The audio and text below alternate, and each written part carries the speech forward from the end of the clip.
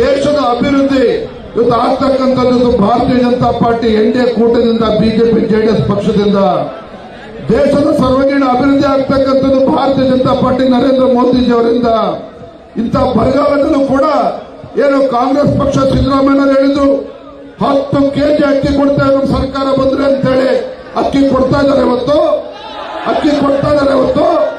10 KG ಅಕ್ಕಿನ ಕೊಡ್ತೇನೆ ಅಂತ ಹೇಳಿದಂತ ಸಿದ್ದರಾಮಯ್ಯ ಕಾಂಗ್ರೆಸ್ ಸರ್ಕಾರ ನಮ್ಮ ಬಡವರಿಗೆ ಅಕ್ಕಿ ಕೊಡ್ತಾ ಇರ್ತಕ್ಕಂಥದ್ದು ನರೇಂದ್ರ ಮೋದಿಜಿಯವರು 5 ಕೆಜಿ ಅಕ್ಕಿಯನ್ನು ಕೊಡ್ತಾ ಇರ್ತಕ್ಕಂಥದ್ದು ಕಾಂಗ್ರೆಸ್ ಸರ್ಕಾರ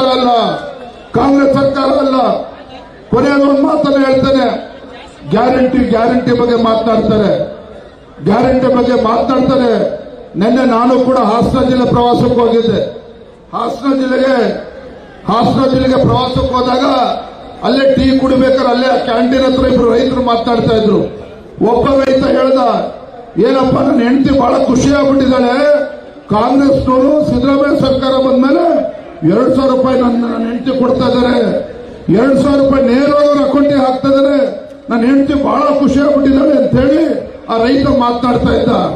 ಮತ್ತೊಬ್ಬ ರೈತ ಹೇಳ್ದ, ಪೆದ್ದ ಇದೆ ನಿನ್ನ ಹೆಂಡತಿಗೆ ಬುದ್ಧಿ ಹೇಳು, ಇವತ್ತೇನು ಮುಖ್ಯಮಂತ್ರಿ ಸಿದ್ದರಾಮಯ್ಯ 2,000 ರೂಪಾಯಿ ನಿನ್ನ ಹೆಂಡತಿ ಅಕೌಂಟಿಗೆ ಹಾಕ್ತಾ ಇದ್ದಾರೆ, ಮತ್ತೊಂದು ಕಡೆ ನೀನೇನ್ ದಿನ 2 ಕ್ವಾರ್ಟರ್ ಹಾಕೊಂಡ್ ಬರ್ತೀಯ, ಇವತ್ತು ಪ್ರತಿ ತಿಂಗಳಿಗೆ 3,000 ರೂಪಾಯಿ ಕೊಡ್ತಾ ಇದೆಯಾ, ಹಿಂದೆ 1,500 ರೂಪಾಯಿ ಕೊಡ್ತಾ ಇದ್ರೆ 2 ಕ್ವಾರ್ಟರ್ ಹಾಕಿದ್ರೆ 6,000 ರೂಪಾಯಿ ಅಂದ್ರೆ ನಿನ್ ಜಾಬ್ನಿಂದ 4,000 ರೂಪಾಯಿ ಎಕ್ಸ್ಟ್ರಾ ಕಿತ್ಕೊಳ್ತಾ ಇದ್ದಾರೆ.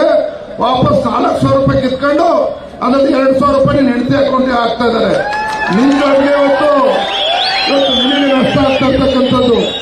ಕಾಂಗ್ರೆಸ್ಸಿನ ಗ್ಯಾರಂಟಿ ಯೋಜನೆ ಹೆಂಗಿದೆ ಅಂತ ಹೇಳಿದ್ರೆ, ಉಚಿತ ಬಸ್ ಅಂತೇಳಿ ಮಹಿಳೆಗೆ ಉಚಿತ ಬಸ್ ಕೊಟ್ಟಿದ್ದಾರೆ.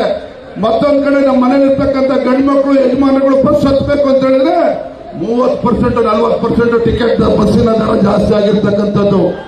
ಇವತ್ತು ಏನು ಉಚಿತ ವಿದ್ಯುತ್ ಅಂತ ಹೇಳ್ತಾರೆ. ಇವತ್ತು ಸಣ್ಣ ವ್ಯಾಪಾರಿಗಳು ಕೂಡ ನಮ್ಮ ಕಾಂಗ್ರೆಸ್ ಸರ್ಕಾರ ಬರೋಕ್ಕೂ ಮುಂಚೆ 3,000 ರೂಪಾಯಿ 4,000 ರೂಪಾಯಿ ಕರೆಂಟ್ ಬಿಲ್ ಬರ್ತಾ ಇತ್ತು. ಈಗ ಏನು ವ್ಯಾಪಾರ ಮಾಡ್ತಾ ಇದ್ದಾರೆ 10,000 ರೂಪಾಯಿ 12,000 ರೂಪಾಯಿ ಎಲೆಕ್ಟ್ರಿಸಿಟಿ ಬಿಲ್ ಬರ್ತಾ ಇದೆ.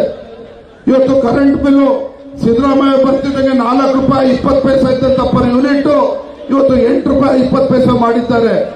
ಅಂದ್ರೆ ಒಂದು ಕೈಲಿ ಕಿತ್ಕೊಳ್ತಕ್ಕಂಥದ್ದು ಒಂದು ಕೈಲಿ ಕೊಡ್ತಕ್ಕಂಥ ಕೆಲಸ ಮಾಡ್ತಾ ಇದ್ದಾರೆ.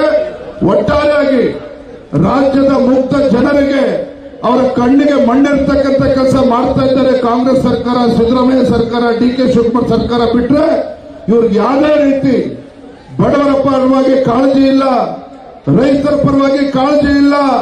ಈ ರಾಜ್ಯದಲ್ಲಿರ್ತಕ್ಕಂಥ ಪರಿಷ್ಠ ಜಾತಿ, ಪರಿಷ್ಠ ಪಂಗಡಗಳು, ಹಿಂದುಳಿದ ವರ್ಗಗಳ ಅಭಿವೃದ್ಧಿಯ ಬಗ್ಗೆ ಚಿಂತನೆ ಇಲ್ಲ.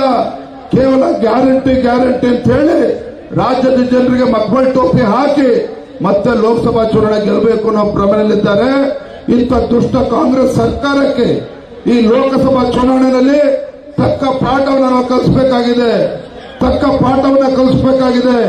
ಇವತ್ತು ನಮ್ಮ ಮಂಡ್ಯ ಜಿಲ್ಲೆ ಅಭಿವೃದ್ಧಿ ಆಗಬೇಕು ಅಂತ ಹೇಳಿದ್ರೆ ಯಾರೊಬ್ಬ ಶ್ರೀಮಂತ ಬಂದು MP ಆದ್ರೆ ಮಂಡ್ಯ ಜಿಲ್ಲೆ ಅಭಿವೃದ್ಧಿ ಆಗೋದಕ್ಕೆ ಸಾಧ್ಯ ಇಲ್ಲ. ಸಂಸದರಾದ್ರೆ ಇವತ್ತು ನಮಗೆ ಎಂತ ಸಂಸದರು ಇರಬೇಕು ಅಂತ ಹೇಳಿದ್ರೆ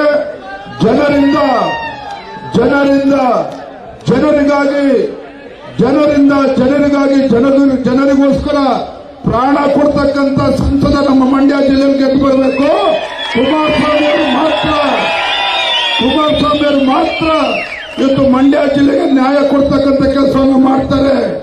H.D. ಕುಮಾರಸ್ವಾಮಿ ಅವರು ಮಾತ್ರ ಮಂಡ್ಯ ಜಿಲ್ಲೆಯಲ್ಲಿ ಬಡವರ ಕಣ್ಣೀರನ್ನು ಒರೆಸ್ತಕ್ಕಂಥ ಕೆಲಸ ಮಾಡ್ತಾರೆ ಹೊರತು ಹೊಟ್ಟೆ ತುಂಬಿರ್ತಕ್ಕಂಥವ್ರು ಶ್ರೀಮಂತರು ಬಂದ ಸಂಸದರಾದ್ರೆ ನಿಮ್ಗೇನು ಕೂಡ ಮಂಡ್ಯ ಜಿಲ್ಲೆಗೆ ಉಪಯೋಗ ಆಗೋದಿಲ್ಲ.